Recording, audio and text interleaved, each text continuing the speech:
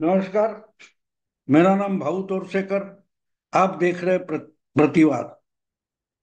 दोस्तों, आपको मालूम है मेरा प्रतिवाद नाम का हिंदी यूट्यूब चैनल भाऊ तोरसेकर का 15 अगस्त से फुल टाइम शुरू हो जाएगा। उसके बाद मेरे वीडियो, हिंदी वीडियो प्रतिपक्ष पर नहीं रहेंगे। इसलिए मेरी रिक्वेस्ट है, विनती है कि ज्यादा से ज्यादा प्रतिवाद को सब्सक्राइब करें। अब आज का जो विषय है, बांग्लादेश। बांग्लादेश की प्रधानमंत्री हसीना वाजेद अपना वतन छोड़कर भागी है। ये खबर नहीं है, 3-4 दिन हो गए अचानक से उन्होंने अपना देश छोड़ा और एक हवाई जहाज लेकर वो भारत में भाग कर आई है। और पूरा बांग्लादेश एक टर्मोइल में चला गया है, अराजक में चला गया है। वहां कोई सरकार नहीं है। उनकी सरकार बर्खास्त करते हुए वहां के जो फौजी भाई है, फौजी जनरल है, उन्होंने सत्ता अपने कब्जे में ली है और गवर्नमेंट चलाने के लिए कुछ टेम्पररी गवर्नमेंट की घोषणा कर दी है। नोबेल विजेता यूनुस नाम के एक बड़े अर्थशास्त्री है, उनको टेम्पररीली गवर्नमेंट का एडवाइजर घोषित किया गया है और बहुत जल्दी चुनाव हो गए, ऐसी घोषणा कर दी है। लेकिन इसके बीच जो कुछ वहां हुआ है, उसके बाद हमारे देश में जो उसके प्रतिक्रिया आ रही है, रिएक्शन आ रही है, वो देख के अजब लगता है।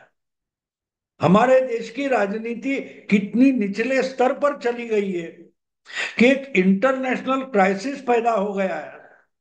यूक्रेन के बाद इसराइल और इसराइल के बाद अब बंगाल में, बांग्लादेश में अगर ऐसा कुछ हो रहा है तो ये अंतरराष्ट्रीय विषय होता है। और पूरे बांग्लादेश के चारों ओर से, तीन ओर से अगर भारत की बॉर्डर लगी हुई है तो ये कितना संवेदनशील मामला होता है। कम से कम इसकी जानकारी हर भारतीय राजनीतिज्ञ को होनी चाहिए और अपने आप में वो भारत के जो विरोधी दल है उनको होनी चाहिए। लेकिन जिस ढंग की प्रतिक्रियाएं, जिस ढंग के बयान हमारे देश के विरोधी नेता दे रहे हैं, वो चकित करने वाली बात है। महाराष्ट्र के एक पूर्व एमपी है, राजू शेट्टी, उन्होंने तो बोल दिया, देखो वहां क्या हो रहा है। खुद को किसानों के नेता मानने वाले राजू शेट्टी कोल्हापुर के हैं और बोल रहे हैं बांग्लादेश पर, देखो बांग्लादेश में क्या हो गया है। प्रधानमंत्री को अपना देश छोड़कर भागना पड़ा है। इससे भारत के प्रधानमंत्री, भारत की सरकार कोई सबक ले। अरे क्या पागल हो क्या? पागल हो तुम? बांग्लादेश की जो अवस्था है वो अराजकीय अवस्था है। एक विद्यार्थी आंदोलन शुरू हो गया। असल में ये भी झूठ है कि वो आंदोलन शुरू किया गया। आपको याद होगा कि भारत में भी जमाते इस्लामी नाम की जो संस्था है, उनका एक विद्यार्थी शाखा हुआ करती थी जिसको सिमी माना जाता था। उसका नाम सिमी था, student Islamic movement of India, ऐसा उसका शॉर्ट फॉर्म था, जिसको हम सिमी बोलते थे। एक समय आ गया कि ये इस्लामी धर्म पर आतंक फैलाने वाली संगठन है और उसको बैन किया गया था, प्रतिबंध लगाया गया था। उसका नाम सिमी था और उसकी स्थापना भी जमाते इस्लामी ने की थी। तो जमाते इस्लामी जो बांग्लादेश की है, उसी ने ये आज जो शुरू है बांग्लादेश में जो विद्यार्थी आंदोलन, उसकी शुरुआत करने वाला ग्रुप भी विद्यार्थियों का है। लेकिन वो आंदोलन जैसा हिंसक बनते गया, वायलेंट होते गया, तो वो जमाते इस्लामी ने टेक ओवर किया। और ये जमाते इस्लामी कौन है?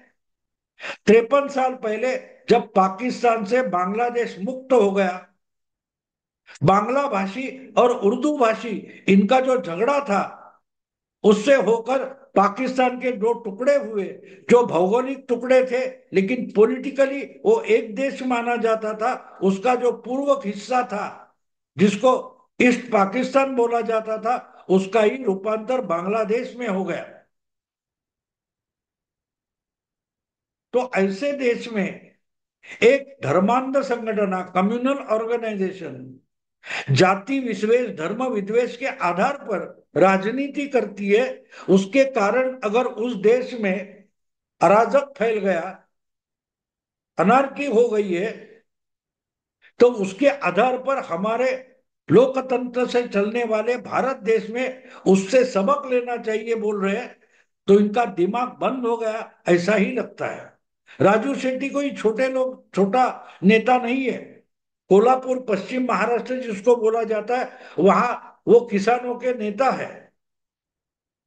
लगातार कुछ ना कुछ किसानों के आंदोलन करते रहते। जब किसान कानून आ गए थे, उसके लिए दिल्ली में और दिल्ली के बॉर्डर पर आंदोलन हुआ था, उसके सपोर्ट में खड़े हुए थे। पिछले 2 बार लगातार लोकसभा का चुनाव हारे हैं। कहने का मतलब ये है कि आप बोल रहे हो तो ये किसी डिस्ट्रिक्ट की तहसील की कोई मुद्दा नहीं है कि जिस पर आंदोलन चला है। बांग्लादेश का आंदोलन किस कारण हुआ, क्यों इतना विस्तृत हो गया, उसके लिए जितनी जमाते इस्लामी जैसी संगठना जिम्मेदार है, उतनी ही वहां की जो सरकार थी, जिस ढंग से हसीना वाजेद वहां तानाशाही के तरीके से डेमोक्रेसी चला रही थी, उसका यह परिणाम है। कुछ पार्टियों को, कुछ संगठनों को बैन किया गया। नेशनलिस्ट अवामी नेशनलिस्ट पार्टी ऐसी जो दूसरी पार्टी है, उन्होंने चुनाव का बहिष्कार किया। फिर भी चुनाव लड़कर एक तरफा चुनाव से बड़ा भारी बहुमत लेकर हसीना वाजेद प्रधानमंत्री लगातार 15 साल से बैठी हुई थी। लेकिन उन्होंने ये कोशिश तक नहीं की कि भाई जो पार्टियां चुनाव का बहिष्कार कर रही है उनको साथ ले। उल्टा उनको बैन करने के बाद एक एक करके अपने दुश्मनों के खिलाफ सरकारी यंत्रणा का इस्तेमाल करती गई, और उसका परिपाक हुआ है। उसका परिपाक हुआ है। तो उसकी राजनीति और हमारी राजनीति, भारत की सरकार और बांग्लादेश की सरकार, इसकी कोई तुलना नहीं हो सकती। हमारे यहाँ चुनाव हो रहे हैं, चुनाव में हर पार्टी हिस्सा ले रही है, ना किसी को बैन किया जाता है। केजरीवाल जैसा इंसान जो जेल में पड़ा था, उसको चुनाव के लिए कोर्ट ने भी एक्सेप्शन करके प्रचार के लिए 3 महीने 3 हफ्ते की जमानत दी थी। इससे ज्यादा लोकशाही क्या हो सकती है, डेमोक्रेसी क्या हो सकती है। लेकिन मोदी के खिलाफ देश फैलाते हुए जाने वाले लोग खुद को अगर जमाते इस्लामी जैसे संगठन से आइडेंटिफाई करना चाहते हैं, फिर वो राजू शेट्टी हो या और कोई हो,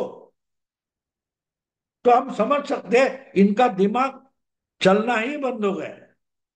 लेकिन एक बात होती है दोस्तों, दूसरे की दूसरे के घर जल रहे, उस पर अपनी रोटियां सेकने वाले होते हैं।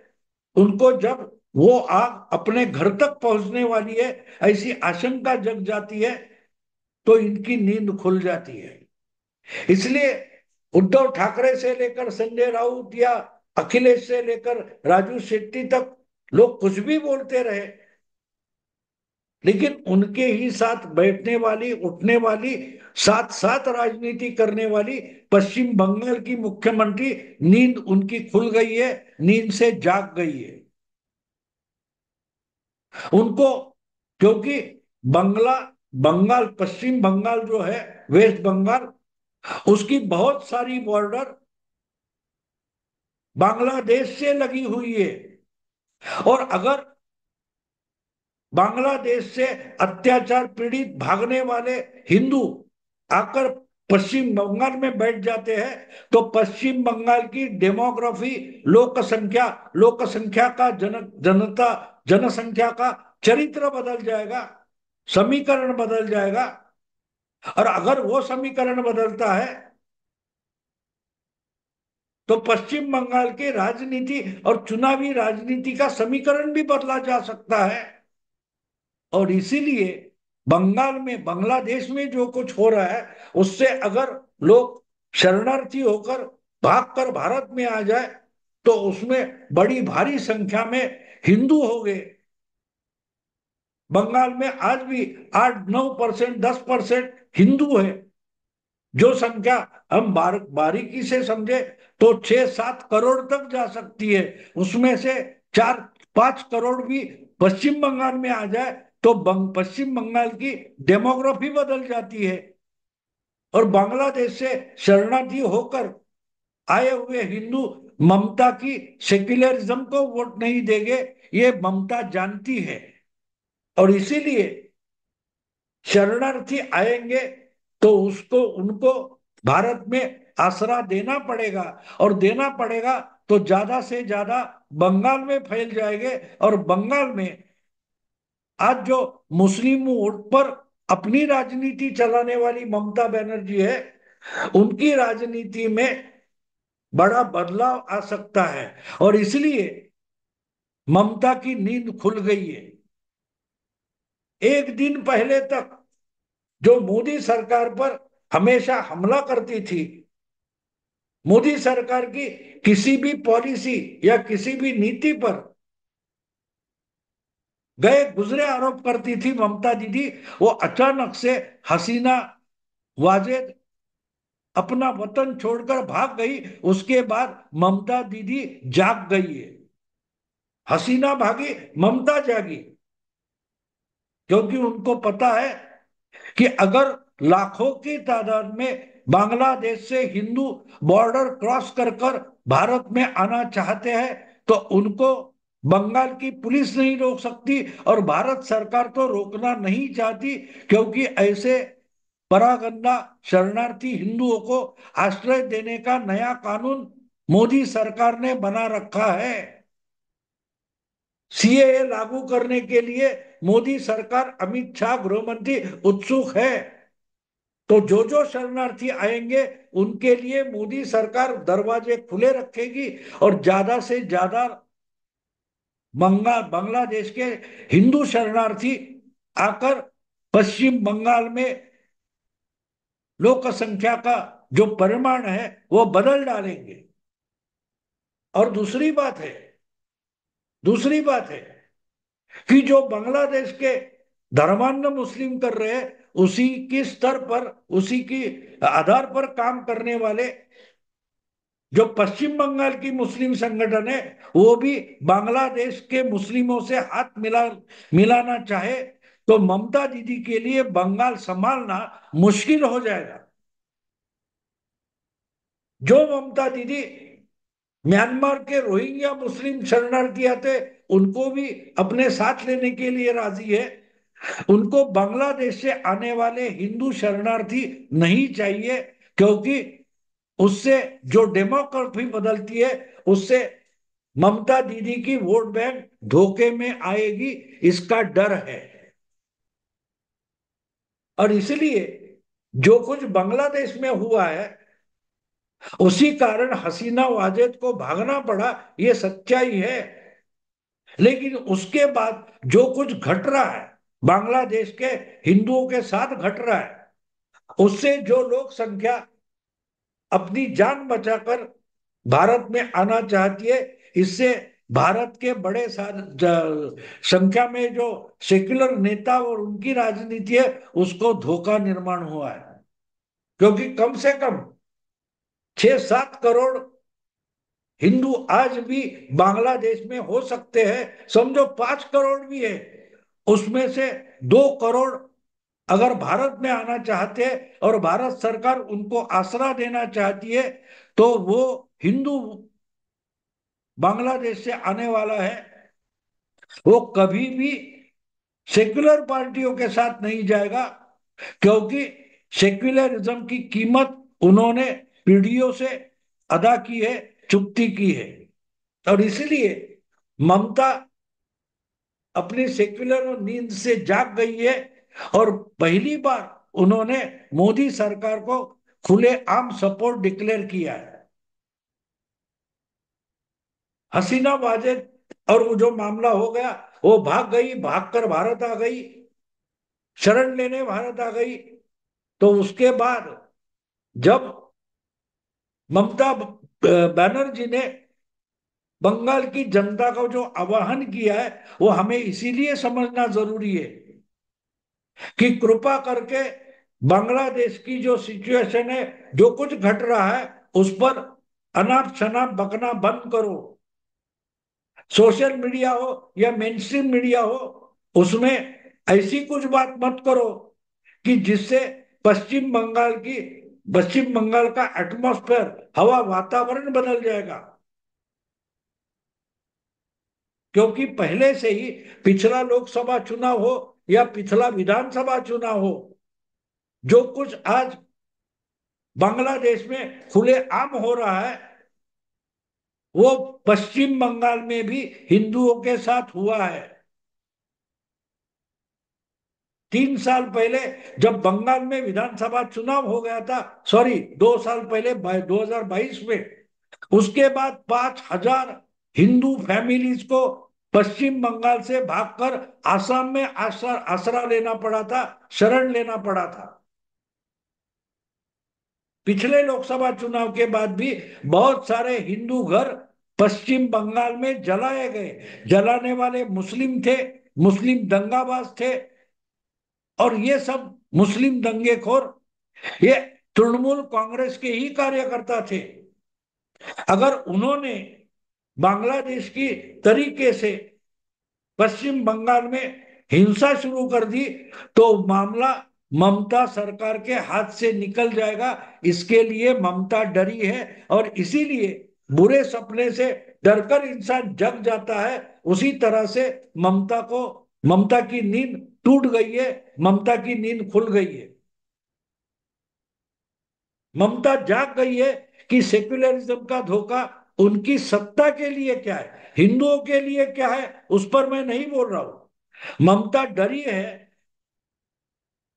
तो अपनी सत्ता धोखे में आ गई है, इसकी समझ उनको आ गई है, और इसलिए ममता डरी है। बाकी इंडिया अलायंस, राहुल गांधी, अखिलेश, उद्धव ठाकरे जो कुछ बोलना है बातें करे, उनसे अलग सुर में ममता दीदी बांग्लादेश के मामले में बोल रही है। जो कुछ मोदी सरकार तय करेगी, हम यानी तृणमूल कांग्रेस मोदी सरकार के साथ कंधे से कंधा मिलाकर खड़ी होगी।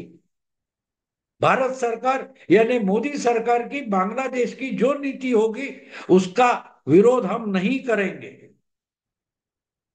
हम उसका अमल करेंगे।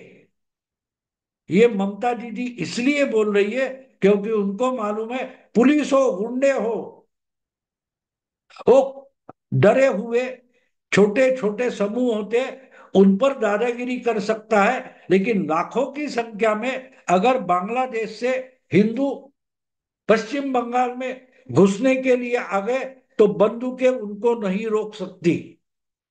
ना पुलिस रोक सकती है, ना भारत सरकार की फौज रोक सकती है, और भारत सरकार की सेना तो उनको रोकेगी ही नहीं। क्योंकि भारत सरकार ने, मोदी सरकार ने ऐसे लोगों को अपनी सिटीजनशिप देना तय कर चुकी है। मोदी, ममता उसके खिलाफ है, क्योंकि ममता को बंगाल की जो डेमोग्राफी है, हिंदू लोक संख्या है, वो बढ़ना आवश्यक नहीं लगता। उससे उनकी राजनीति फेल्योर हो सकती है, और इसलिए ममता जागी है। दोस्तों, कैसे दिन आ गए। बांग्लादेश की प्रधानमंत्री अपना देश छोड़कर भागी, और भारत में जो बंगाल प्रांत है, पश्चिम बंगाल है, वहां की मुख्यमंत्री बांग्लादेश की हिंसा देखकर जाग उठी है। अगर ये विषय आपको, ये कंटेंट पसंद आए, तो लाइक कीजिए, शेयर कीजिए, और प्रतिवाद को सब्सक्राइब कीजिए। नमस्कार।